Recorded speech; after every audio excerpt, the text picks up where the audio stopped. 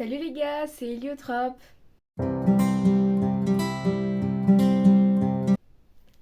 Bienvenue dans une nouvelle vidéo. Aujourd'hui, on va parler de dessin. Et oui, ça fait un petit moment qu'on n'a pas en parlé. Et je vais parler de dessin digital. J'avais déjà fait une vidéo sur ce sujet, mais je la considère comme pas vraiment ouf.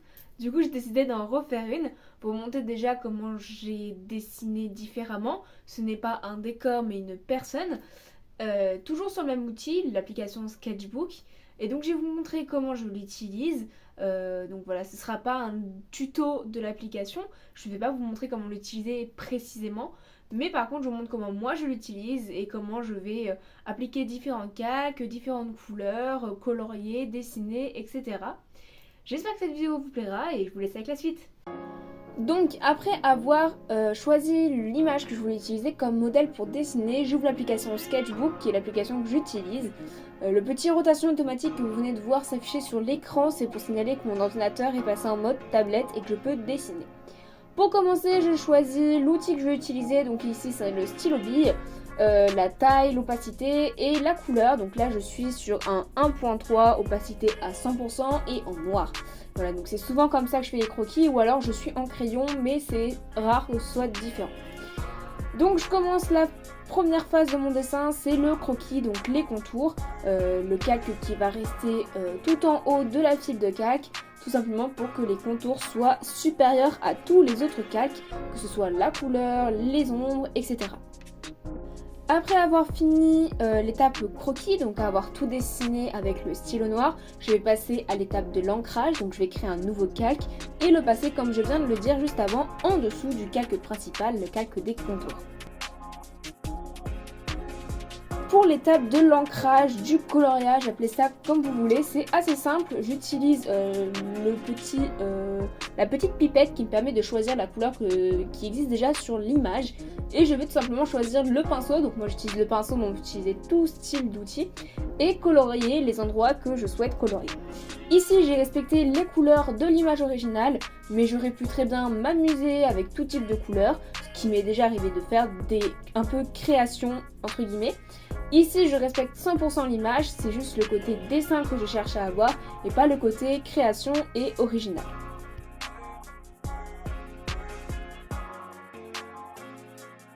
Pour faire les effets de lumière, j'ai tout type d'objets à disposition. Je peux déjà baisser l'opacité des calques en eux-mêmes, mais je peux également utiliser des effets comme le floutage, l'effaceur ou encore la gomme. Donc ici j'ai utilisé la gomme, mais vous pouvez utiliser plein de manières différentes de faire des effets lumineux.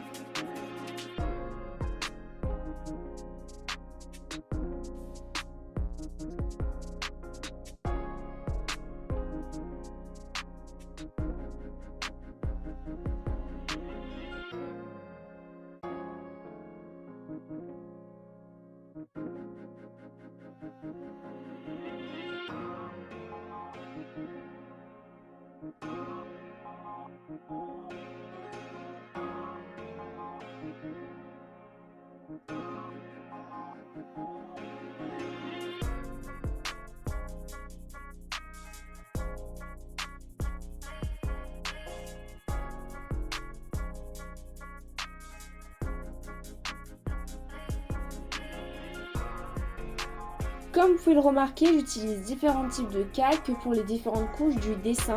J'aime bien que chaque élément ait son propre calque, ce qui me permet de le modifier à ma guise sans pour autant modifier les autres éléments. Je peux modifier les lunettes sans modifier la peau qu'il y a en dessous et également modifier les ombres par exemple du t-shirt que je suis en train de faire sans pour autant modifier la couche du t-shirt qui est juste en dessous. Donc c'est très pratique d'avoir différentes couches. Ça arrive parfois d'oublier et de tout faire sur le même calque, mais évidemment quand on fait attention c'est plutôt pratique.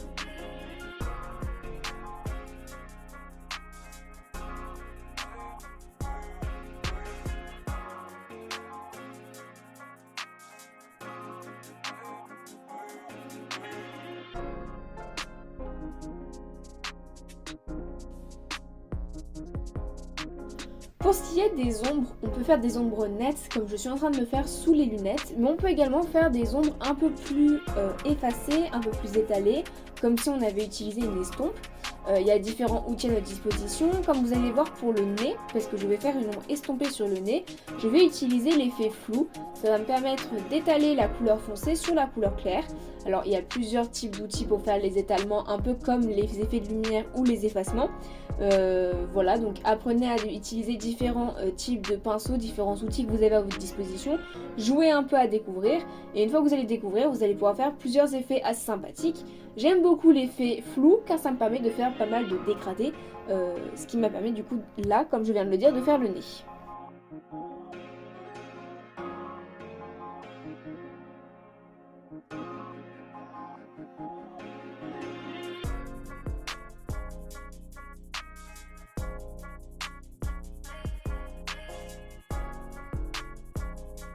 Pour ce qui est du fond, je vais prendre le calque le plus en dessous de toutes les couches. Je le mets en dessous de tout pour pas que ça repasse sur les couches déjà faites. Et encore une fois, j'utilise plein de couleurs. Donc là, je reste dans le thème du jaune et du orange un peu rouge.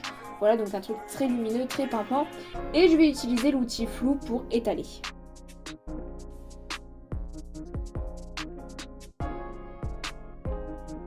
Et voilà, c'est terminé. J'aime beaucoup ce dessin, que ce soit avec les contours ou sans. On se retrouve en réel. Et voilà, le dessin est terminé. J'espère qu'il vous a plu. Personnellement, je l'aime beaucoup. Je ne savais pas si je préférais le modèle avec contour ou le modèle sans contour. Du coup, j'ai mis les deux dans ma chambre. Voilà. Donc, ils sont éparpillés sur mon mur, mais au moins j'ai les deux.